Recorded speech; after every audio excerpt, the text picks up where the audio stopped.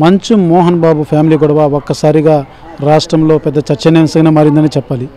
ఏదైతే మంచు ఫ్యామిలీ వ్యక్తిగత గొడవలు కాస్త ఇటు మీడియాకి సోషల్ మీడియాకి వేదిక అయిందని చెప్పాలి. ఏదైతే అనేక పరిస్థితులు మనం హైదరాబాద్లో మోహన్ బాబు ఇంటి వద్ద మనం చూసినటువంటి పరిస్థితి. ఇదే తరుణంలో ఇటు మంచు మనోజు కొంతమేరకు మీడియాని ఆశ్రయించి నాకు న్యాయం చేయాలని చెప్పేసి మీడియా ప్రతినిధులను తీసుకెళ్లినటువంటి పరిస్థితి. అదే తరుణంలో మీడియా ప్రతినిధుల మీద కూడా మోహన్ బాబు దాడి చేయడం జరిగింది. ఈ దాడిని మీద కూడా ఇటు జర్నలిస్టు సంఘాలు కావచ్చు, అధికారులు కావచ్చు కేసు నమోదు చేయడం జరిగింది. తదనంతరం కేసు నుంచి మోహన్ బాబును అరెస్ట్ చేస్తారనేసని మరి అనేకమైనటువంటి చర్చలు జరిగినటువంటి సందర్భం.